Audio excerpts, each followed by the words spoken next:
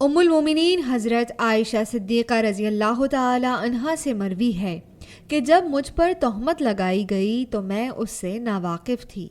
کچھ عرصے بعد مجھے اس کے متعلق پتہ چلا۔ ایک دن نبی صلی اللہ علیہ وآلہ وسلم میرے پاس بیٹھے ہوئے تھے کہ ان پر وحی نازل ہونے لگی۔